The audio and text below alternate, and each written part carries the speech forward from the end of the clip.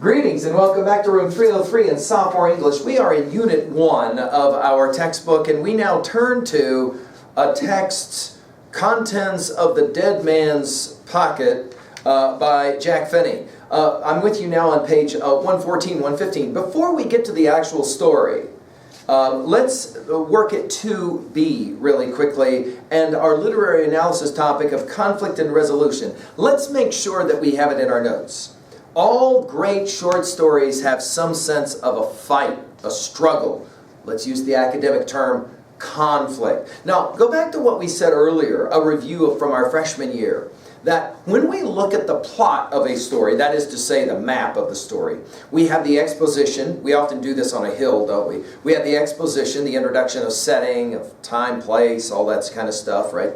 We have the rising action, which involves, as part of the characterization, the conflict. Now let's put it in our notes. Notice it's right here on page 115. We have two different kinds of conflict, notice, or struggle.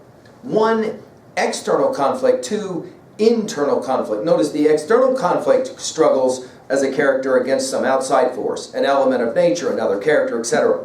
The internal conflict, a character struggles with his or her own opposing desires, beliefs, needs. In many stories, the conflict intensifies until one force wins and a resolution of the conflict will occur. Of course, we talk about the climax is usually happening sometime preceding to this resolution. Let's make sure, by the way, that word resolution is also in our notes at 2B.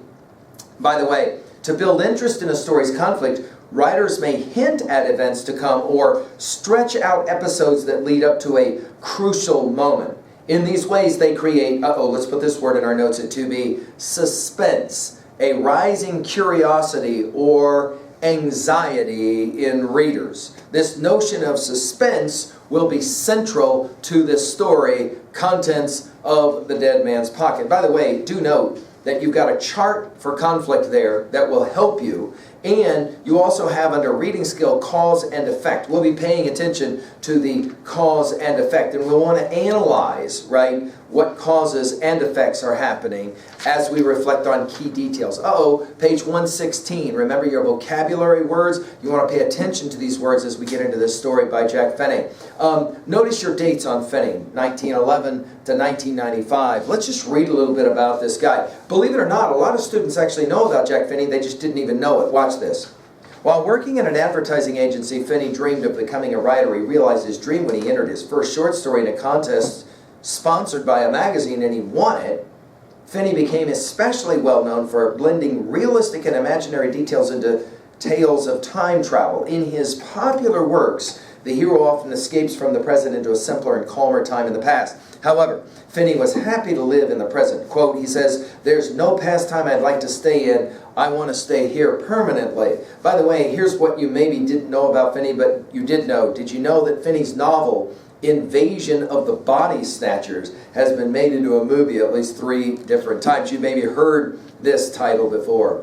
Let's do some background for this story. Before computers in the 1950s, when this story takes place, there were no computers or photocopiers. To make copies, people used carbon paper, black-coated sheets that transferred written or typed marks onto a blank paper below. Without a carbon copy, a lost document might be gone forever, a possibility the main character in this story dreads. Now let's turn to the story itself, starting on page 118.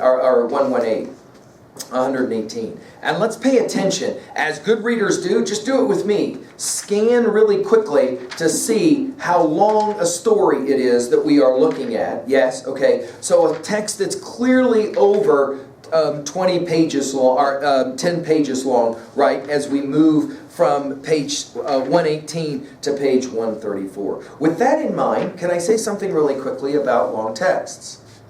In our sophomore year, you will see this, by the way, you will see this. In our sophomore year, we will begin to pay attention to longer titles. What exactly is going on in our sophomore year with these longer titles? A number of things. But one really important skill set that we're developing is the capacity to concentrate over a prolonged period of time while reading. Why? Because in our junior year, we take the ACT, which we have said before in other introductory comments is a 3-hour reading test. If you are not comfortable with reading over a period of numbers of minutes, you will struggle on standardized tests in your junior year, especially with the ACT. So, here's our challenge. Our challenge is to sit now with focused attention and read this story. Of course, let's say this out loud. If the story in Jack Finney does what it's supposed to, I think it might, it's going to lead to a certain level of anxiety and suspense that will keep you tuned into this story.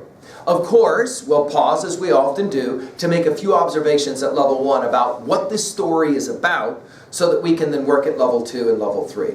All right, let's go to work now. Contents of the Dead Man's Pocket. Pay attention right from the very beginning to our reader. Here we go, right? Jack Finney's classic. Contents of the Dead Man's Pocket by Jack Finney. At the little living room desk, Tom McGee rolled 2 sheets of flimsy and a heavier top sheet, carbon paper sandwiched between them, into his portable. Interoffice memo, the top sheet was headed, and he typed tomorrow's date just below this. Then he glanced at a creased yellow sheet covered with his own handwriting beside the typewriter. Hot in here, he muttered to himself. Then from the short hallway at his back, he heard the muffled clang of wire coat hangers in the bedroom closet, and at this reminder of what his wife was doing, he thought, hot? No. Guilty conscience. He got up, shoving his hands into the back pockets of his gray wash slacks, stepped to the living room window beside the desk, and stood breathing on the glass, watching the expanding circle of mist, staring down through the autumn night at Lexington Avenue, 11 stories below. He was a tall, lean, dark-haired young man in a pullover sweater who looked as though he had played not football probably, but basketball in college. Page 119. Now he placed the heels of his hands against the top edge of the lower window frame and shoved upward. But as usual, the window didn't budge, and he had to lower his hands and then shoot them hard upward to jolt the window open a few inches. He dusted his hands, muttering. But still, he didn't begin his work. He crossed the room to the hallway entrance, and leaning against the door jamb, hands shoved into his back pockets again, he called, "Claire." When his wife answered, he said, "Sure you don't mind going alone?" "No." Her voice was muffled, and he knew her head and shoulders were in the bedroom closet. Then the tap of her high heels sounded on the wood floor, and she appeared at the end of the little hallway, wearing a slip, both hands raised to one ear, clipping on an earring. She smiled at him, a slender, very pretty girl with light brown, almost blonde hair, her prettiness emphasized by the pleasant nature that showed in her face. "It's just that I hate you to miss this movie. You wanted to see it too." "Yeah, I know." He ran his fingers through his hair. "Got to get this done, though." She nodded, accepting this. Then, glancing at the desk across the living room, she said, "You work too much, though, Tom, and too hard." He smiled. "You won't mind, though, will you, when the money comes rolling in, and I'm known as the boy wizard of wholesale groceries?" "I guess not." She smiled and turned back toward the bedroom. At his desk again, Tom lighted a cigarette. Then, a few moments later, as Claire appeared, dressed and ready to leave, he set it on the rim of the ashtray. Page 120. "Just after 7, she said. "I can make the beginning of the first feature." He walked to the front door closet to help her on with her coat. He kissed her then, and for an instant, holding her close, smelling the perfume she had used, he was tempted to go with her. It was not actually true that he had to work tonight, though he very much wanted to. This was his own project, unannounced as yet in his office, and it could be postponed. But then, they won't see it till Monday, he thought once again, and if I give it to the boss tomorrow, he might read it over the weekend. "Have a good time," he said aloud. He gave his wife a little swat and opened the door for her. Feeling the air from the building hallway, smelling faintly of floor wax, stream gently past his face. He watched her walk down the hall, flicked a hand in response as she waved, and then he started to close the door, but it resisted for a moment.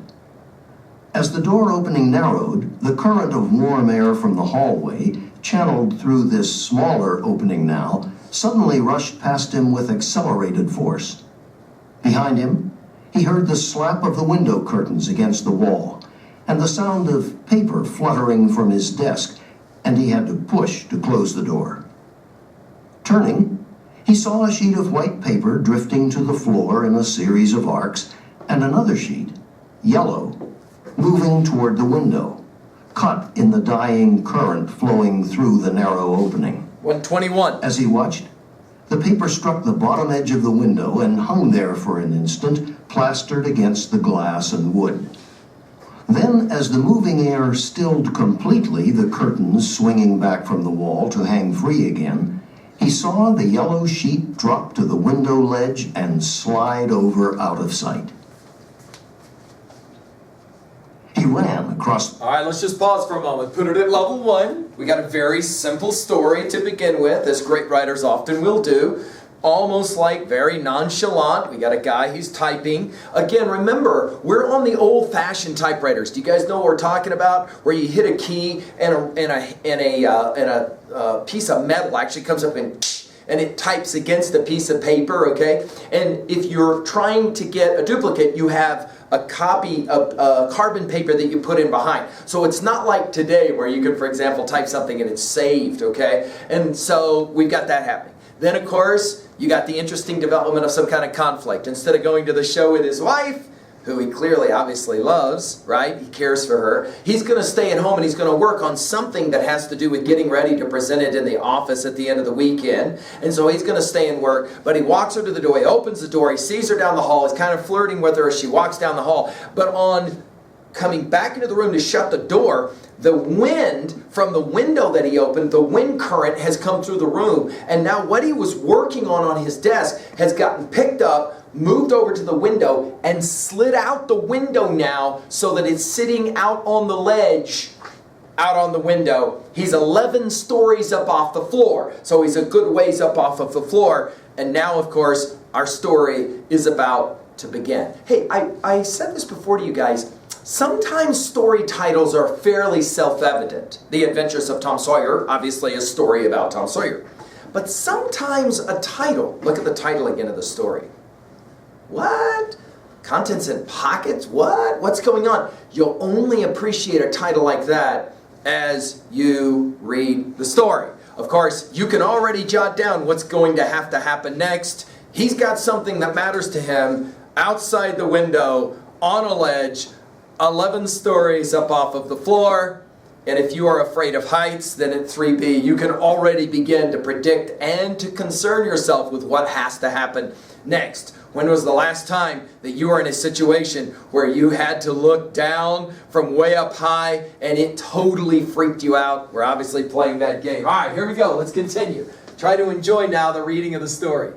The room, grasped the bottom edge of the window and tugged, staring through the glass.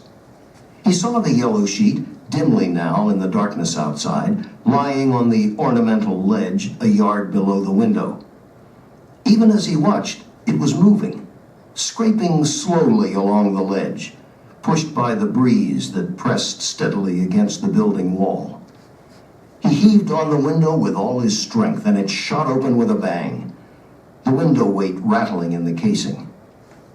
But the paper was past his reach, and leaning out into the night, he watched it scud steadily along the ledge to the south, half plastered against the building wall.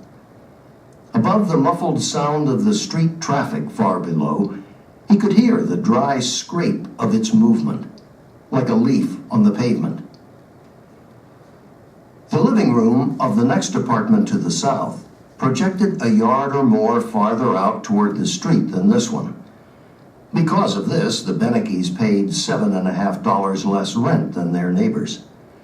And now the yellow sheet sliding along the stone ledge, nearly invisible in the night, was stopped by the projecting blank wall of the next apartment. It lay motionless then in the corner formed by the two walls, a good 5 yards away, pressed firmly against the ornate corner ornament of the ledge by the breeze that moved past Tom Bennegee's face.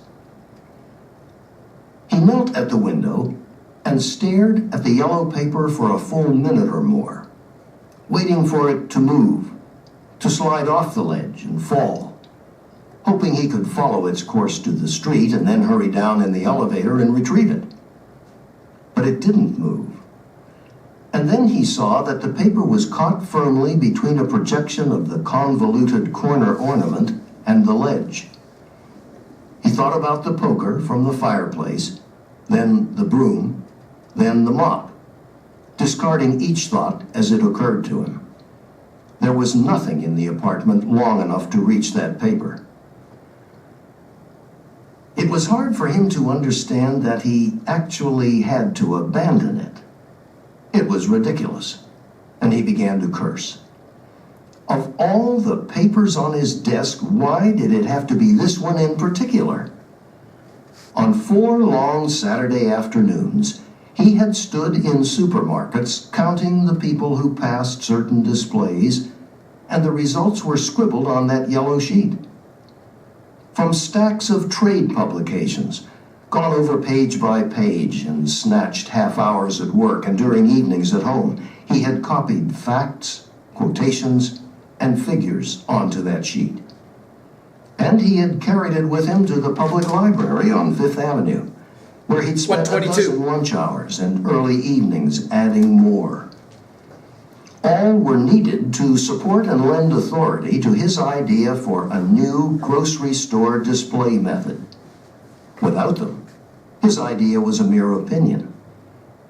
And there they all lay, in his own improvised shorthand, countless hours of work, out there on the ledge. For many seconds, he believed he was going to abandon the yellow sheet, that there was nothing else to do. The work could be duplicated, but it would take 2 months, and the time to present this idea was now, for use in the spring displays. He struck his fist on the window ledge. Then he shrugged. Even though his plan were adopted, he told himself, it wouldn't bring him a raise in pay, not immediately anyway, or as a direct result.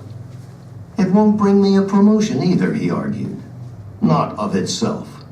All right, let's pause. Level 1. What is the challenge going on right now? Well, the paper's out there, and the obvious question is, do I really need it? Sometimes I've worked with sophomores with this story and made this suggestion. It would be kind of like you being in a situation where your cell phone that you just spent $1,000 on slips and falls off and goes down, and you got to decide whether you leave it there or you crawl out and go get it. Of course, you can go buy another cell phone, yes, but the reality is that there's something on that phone, maybe a picture or some information that you really need, and so the suggestion is, do I go after it, do I not go after it? So put it in your notes really quickly at 2B already. What is already the evolving conflict of this story? Do I leave that piece of information, or do I go after it? Do I go out there and do I go get it? How do I decide what I'm going to do? Do I make the choice to go out there, or do I go, oh, I can always do it later or whatever? Notice we've got an interesting tension then that's going on. What kind of conflict would you qualify this one in 2B? Many have argued, of course, simply the internal conflict. What do I do? What do I do? What do I do? Or how important is that information on that sheet of paper? Can I redo it? Can I duplicate it? Notice the tension. It's not that big of a deal. You know what? I better go after it. All right, here we go. You're already obviously making some predictions about what's up next and where it's going to go to. All right, let's take a look.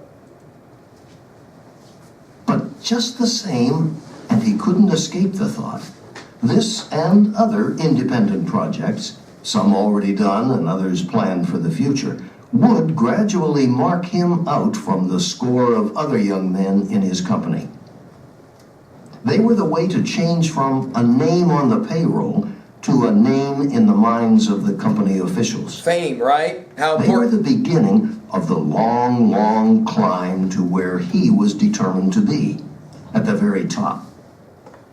And he knew he was going out there in the darkness, after the yellow sheet 15 feet beyond his reach. By a kind of instinct, he instantly began making his intention acceptable to himself by laughing at it. The mental picture of himself sidling along the ledge outside was absurd. It was actually comical, and he smiled. He imagined himself describing it. It would make a good story at the office, and it occurred to him would add a special interest and importance to his memorandum, which would do it no harm at all. To simply go out and get his paper was an easy task. He could be back here with it in less than 2 minutes, and he knew he wasn't deceiving himself. The ledge, he saw, measuring it with his eye, was about as wide as the length of his shoe, and perfectly flat. And every 5th row of brick in the face of the building, he remembered, leaning out he verified this, was indented 1/2 inch, enough for the tips of his fingers, enough to maintain balance easily. It occurred to him that if this ledge and wall were only a yard above ground, as he knelt at the window staring out, this thought was the final confirmation of his intention, he could move along the ledge indefinitely. Right? For my rock climbers in the house, this is absolutely true, isn't it? That is to say, think about the ways in which if you're way up high off the ground, you can kind of get freaked out. But if I take that same ledge and just put it 1/2 inch off the ground, you're like, it isn't any big deal. So he's talking himself into going out there. Why does he want to go out there? F-A-M-E. That is to say, I want to be remembered for the idea that I've got on that sheet of paper, so I need it. It will allow me to get to the top faster. What's the interesting symbolism at play here?